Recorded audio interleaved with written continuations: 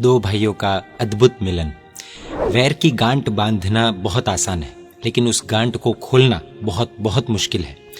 गुरु भगवंतों की मैजिकल वाणी का क्या अद्भुत असर होता है, ये हाल ही में बनी एक अद्भुत घटना के माध्यम से जानते हैं। बने रहिए इस वीडियो के अंत तक।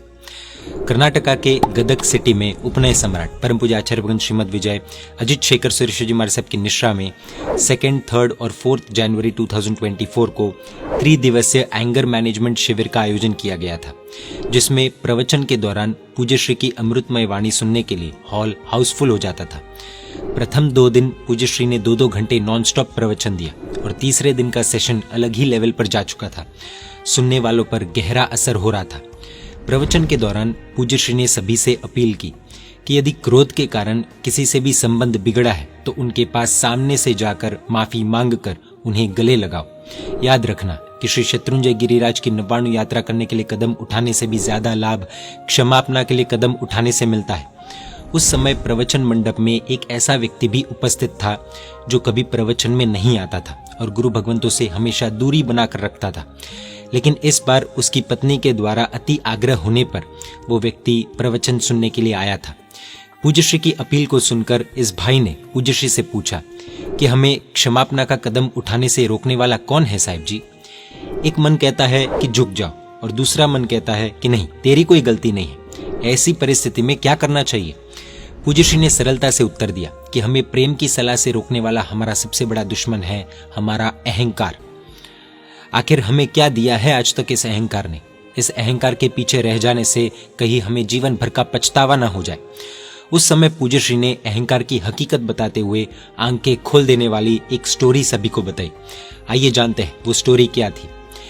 एक बार शाम के समय एक व्यापारी पिता और उनका बेटा भोजन करने बैठे। खाना खाते समय बेटे ने अचानक पिताजी को समाचार दिए कि जिस पार्टी से उन्हें 5 लाख रुपए लेने बाकी थे, उस पार्टी ने हाथ ऊंचे कर दिए, यानी कि पैसे देने से मना कर दिया है और उनके 5 लाख रुपए डूब गए।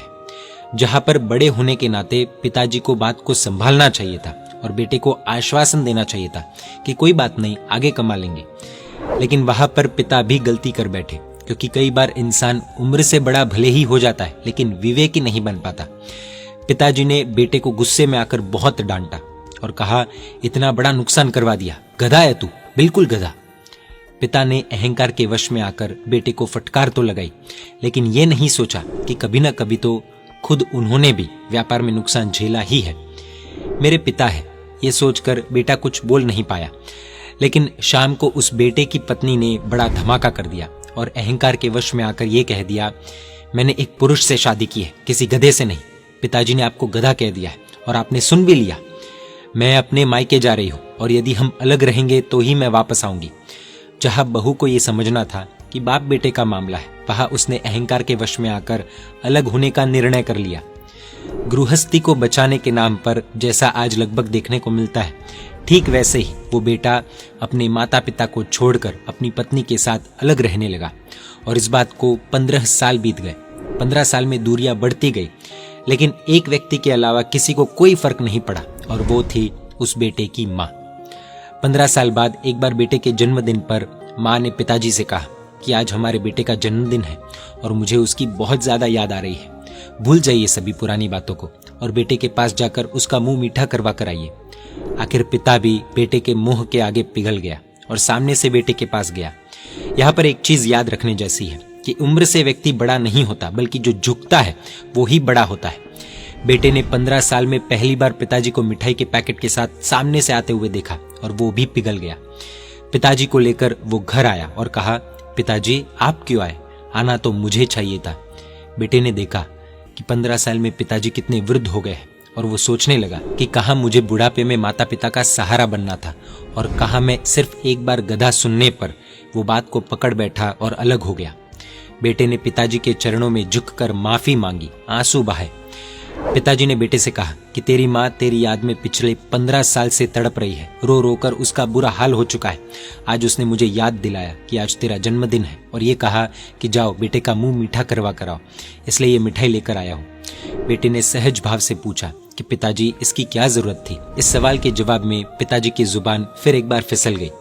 पिताजी को फिर से अहंकार के पंजों ने जकड़ लिया और उन्होंने कहा, बेटा तू तो जानता ही है कि कि अपनी दुकान में मिठाई के पैकेट्स गिफ्ट के रूप में आते रहते हैं, ऐसे भी किसी नौकर को देते, तो सोचा कि आज तुझे ही दे दूं।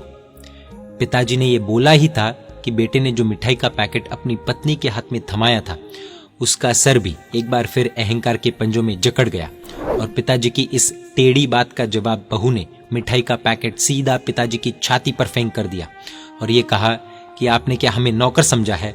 आप हमारा अपमान करने आए हो क्या? वो मिठाई का पैकेट सीधा पिताजी को छाती पर लगा था। हालांकि उस पैकेट का इतना वजन नहीं था जितना उसके फेंके जाने के पीछे नफरत का वजन था, और उस वजन के कारण पिताजी को वहीं पर हार्ट अटैक आ गया और उनकी ऑन द स्पॉट मौत हो गई। ये पूरी कहानी गुरु भगवंत ने वहां पर सुनाई। स्टोरी के माध्यम से पूज्य श्री ने सभी से पूछा कि क्या दिया इस अहंकार ने?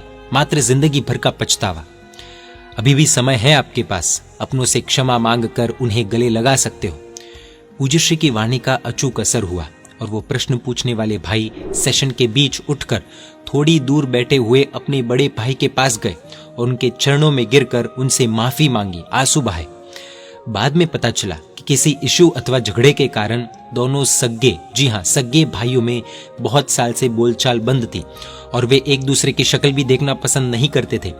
लेकिन पूज्य श्री की मैजिकल वाणी से ऐसा मैजिक हुआ कि छोटे भाई ने आंखों में आंसुओं के साथ बड़े भाई से माफी मांगी और गले लगाकर खूब रोए, और बड़े भाई का दिल भी पिघल गया और दोनों एक दूसरे को गले लगाकर जोरदार रोने लगे। प्रवचन सभा में सभी ये दृश्य देखकर शॉक्ड थे। पूज्य श्री ने भी कुछ समय के लिए प्रवचन की धारा को रोक दिया था और सभी साधु भगवंत भी यह अद्भुत दृश्य देख रहे थे और पूज्य श्री की अमृतमय वाणी का साक्षात असर देख रहे थे। आखिर प्रेम की जीत हुई और नफरत की हार हुई।